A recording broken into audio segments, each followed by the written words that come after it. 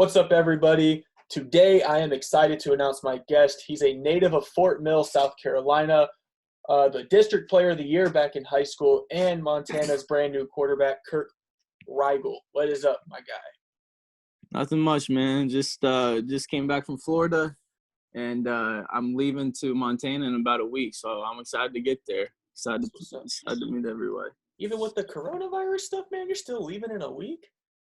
Yep. I mean, hey, you know Montana, they don't care about no coronavirus, so it's wild out there. All right, so tell us a little bit about your hometown and what makes it so special. Man, my hometown, we're a pretty urban area. We're right by Charlotte, so we have the city right there, and then where we are, it's pretty populated, but it's a nice little area. It's pretty safe. A lot of down-to-earth people, and that's why I love it. It's really nice here. Yeah, for sure. So you had an interesting college journey. I'll just list it off here. Played for North Greenville. He played for North Greenville University in 2017. Played a little bit. I think you threw like one pass or something for 19 yards. I don't remember. But then you redshirted at ASA College in Brooklyn, which is up in New York, in 2018. Then you walked on at USF, University of Southern Florida, in 2019. You got some playing time there. We'll go into that a little bit later. Tell us about your recruiting process out of high school, and then how you ended up at USF. Okay, yeah. So actually, Fort Mill is not where I played all my high school football. I actually played in Virginia, Broadway, Virginia. Well, that's the school. So it was Harrisonburg, Virginia. And so I lived there my whole life, basically, until the end of my junior year, and I moved to Fort Mill. And so on Broadway, I started as a freshman. We didn't do like that great and everything, but the sophomore year, our team was really nice. I was second team All-State. I was like the district player of the year, like got a bunch of awards and everything like that. I had some schools on my radar. So, I was on the come up, and then my junior season, we had high hopes. And after my first game, I broke my collarbone on a tackling drill after the first game. So that kind of, just erased all recruitment I had and everything like that. So I had to start from like square one, basically. And then I moved to Fort Mill, got the starting job there. And then pretty much lit it up my senior year. I did really well, threw for like 3,500 yards, like 36 touchdowns, ran for like 500 or something. But, I did all that, but I only had one offer coming out of high school, North Greenville. So, my thoughts, I was like, man, I got to take this. I had some walk-on opportunities from like some D1 schools, but I was like, I'm not going to pass up like free money to go, somewhere bigger. So I was like, you know what, I'll just take this, see what happens. I wasn't really excited about it, but I was like, that's the only thing I have.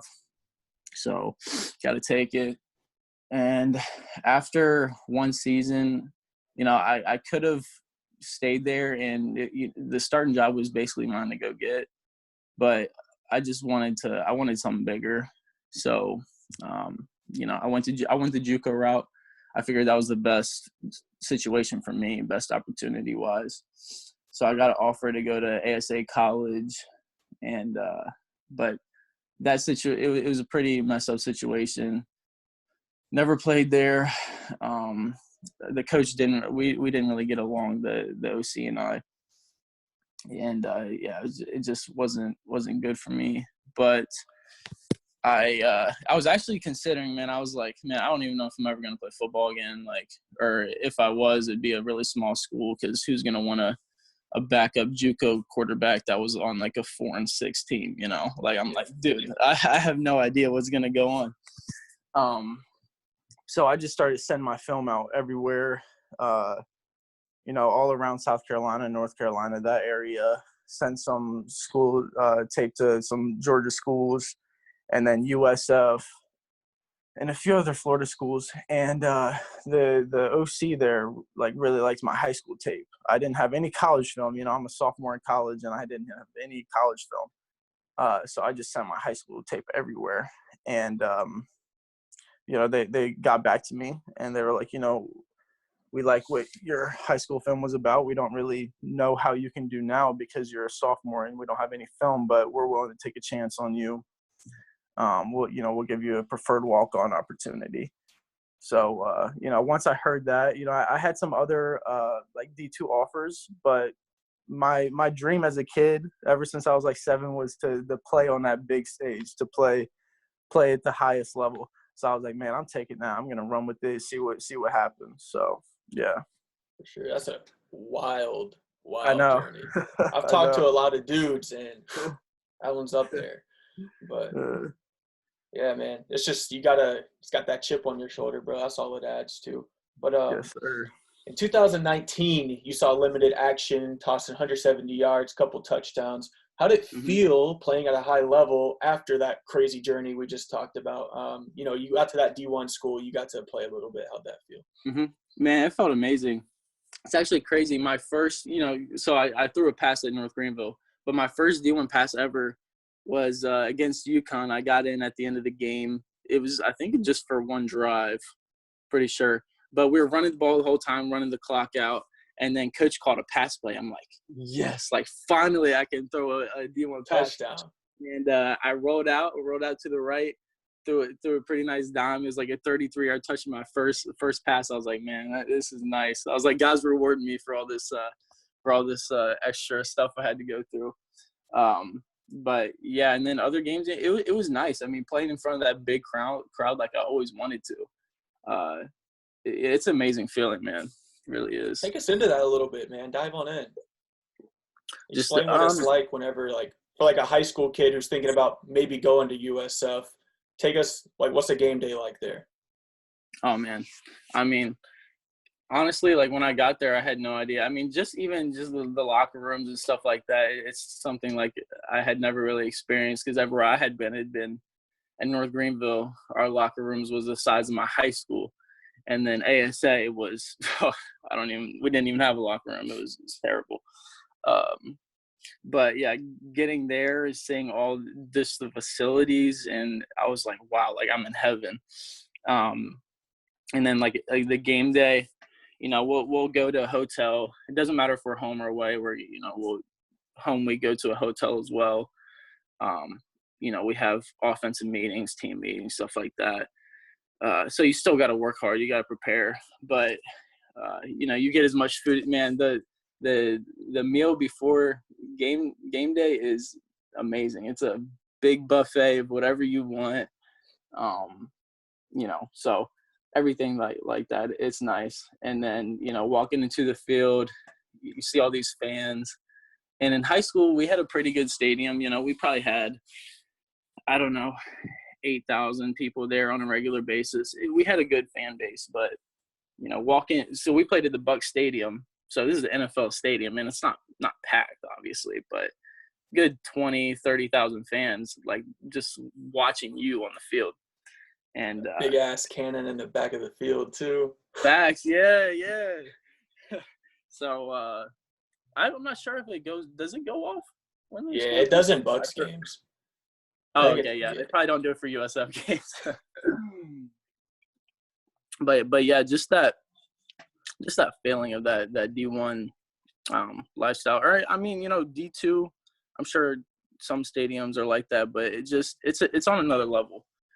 Just the fan base, and I even had, I wasn't known very well at USF because I was like second and third string. But even that, I mean, I still had fans like tweeting at me and stuff, and it was just like kind of surreal. I'm like, wow, like this is really happening. So it was pretty cool. Yeah, man, those D1 schools, they hit different. But what led to your decision to transfer to Montana? I already know the answer, but give everybody else the answer. Yeah, I mean, well, there's a few reasons. I mean, it was financial. I mean, also after the season, we didn't do very well, and Coach Strong got fired. So they hired Jeff Scott, and he cleared out everybody. I don't think there was one coach left. So I brought in a whole new staff. And you know, it was also the quarantine thing. Like, we didn't even get to have spring ball or anything like that. So I wasn't able to showcase my talents to the new coaching staff. And, you know, having online meetings and stuff like that, I started talking to Coach. You know, I told him, I'm like, man, I don't think I'm going to be able to pay for this. It's expensive. I mean, it's USF or just any school like that out of state is bank. So I told him, like, man, if y'all could just help me out any way possible, you know, in-state tuition, anything like that, which I don't think you could. I'm not sure if there's any way around it, but they weren't able to. And then I told Coach, I'm like, look, I played in like 5 games last year. I showed that I can play at this level. Why not put me on scholarship? And he wasn't willing to do that. So, you know, I told him, I'm like, well, I can't go. And also he was going to put me at the bottom of the depth chart because of all the like scholarship quarterbacks coming in. So I was like, you know, there's no point for me to even stay. So just decided to leave. So, yeah. Yeah, it's tough, man. But, you know, I think going to Montana, you're going to get a fresh start, a good opportunity to compete for that starting job out there. I don't even know. Is the starting job yours right now? Do you even know? Or, like, is there a competition? We got to compete. I mean, yeah. There's a few guys we got to compete for, and that's what Coach told me too. He said, you know, you're not going to come in and just get the job. You're going to have to work for it. And I said, that's fine. Like, I've always been a competitor. I think it brings out the best in people. So I'm excited to go and compete. You know, that's what I'm all about. Yeah. In my eyes, I think you're probably the favorite to win it. But that's all good and dandy, and I hope you get it, my guy. But who's the best player so far, like even dating back to high school, little gritters, anything that you've ever played with, and then give me the best you played against? Okay. Man, my boy Alex Stennett, wide receiver at Nation Forward, man, he was a monster. He ended up playing baseball in college, but I always wanted him, and all of his friends, we always wanted him to play football because he was just a dog. He's like 6'3" white boy. He can jump through the roof, and he's just a big target. I think our senior season, I forget how many touchdowns he had, like 18, something like that. He was insane. And then best I've played against. I think not one player, but probably Darion Kendrick. He goes to Clemson right now. He's their cornerback. But that South Point team I played against my senior year, they were insane. I think they went on to win like 5 straight national championships. But I wasn't used to that type of speed and everything. Coming from Broadway, small town in Virginia, it was definitely a wake-up call. But, that's probably the best I played against. Do you see star as your first hit in college? Oh, yeah. 5 stars. Like, I never made it to the college level, but I know my first hit in high school, man. We were lining up. I had a D1 player on my team. He plays for Penn State now. And I was lining up against him, and he lit my ass up. But who's on your pregame playlist? Give us a few songs or artists you listen to hype you up before a game. Drake, my boy Lil TJ. That's my favorite artist right now. I like NF. NF is really good. NF hypes me up. Man, just different. Probably Young Thug. And I don't really have like a go-to artist. I just got hella songs from different people that I just get hyped to. Meek Mill for sure. Yeah, Meek hits different, especially in a pregame. Makes you go out there. All right. Favorite college memory thus far?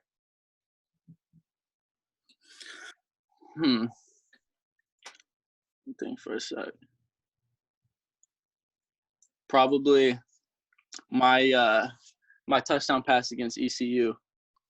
I had always wanted to go to ECU when I came here. You know, I hit them up like a lot, and they never like hit me back or anything. So to go in there, and I played like the whole second half. We were already up, but just the feeling of beating them and also throwing a touchdown against them was pretty nice, pretty cool. That's what's up. So, who is your biggest motivation? Like, who's kind of been your motivation to continue to strive to play football and, eventually get to this D1 level and then get that scholarship off?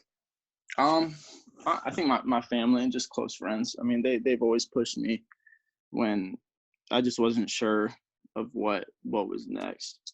I mean, they've always been my biggest supporters, and I'll be forever grateful for that. And also just for myself, just not wanting to take no for an answer and giving up. I've never been someone who's going to give up on something that I care about. So just myself, I can't do that. And I mean, I'm sure, there were times where I did want to, but then it goes back to the family. They've always been there for me. And also I've always wanted to play my role model, Tom Brady. I just love his work ethic, the way he looks at things, and the way his leadership, and just everything about him. I've just always aspired to be like him. So yeah. Kind of leads into my next question. Who do you try to like model your play style after or anything like that? It's funny how that works out in these interviews. Well, I mean, like I said, Tom Brady's been my role model, but I've always wanted to play like Johnny Manziel. I see a lot of that in your film. Yeah. I mean, dude, I've probably seen his highlights at least over 100 times. Like, I just always go back and watch it. I never get enough of it.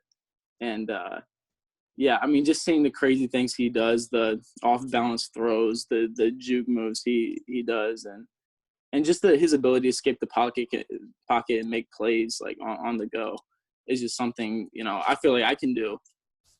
But I also want to get better at it and be more like Johnny Football, So I ain't even gonna lie, bro. Like, I'm gonna just tell you straight up, like, you was lighting it up in your highlights, bro. Like, I saw so much Johnny Manziel, bro, because I also am the same way. Like, I love Johnny Manziel's play style. I'm a big mobile quarterback fan. Mm-hmm. Yeah, I saw a lot of that in your. I appreciate it. Which one did you watch? High school? I just watched the one you pinned on your Twitter. Oh, okay. Yeah, so a little bit of everything. Yeah.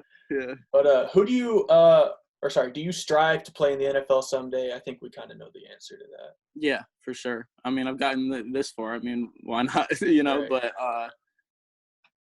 yeah, I mean, even if it's not the NFL, I do want to play some sort of Canadian football or something. But I mean, if everything goes well with Montana, I believe I really do have a really good shot of going to the next level, going to the NFL, and at least getting a shot.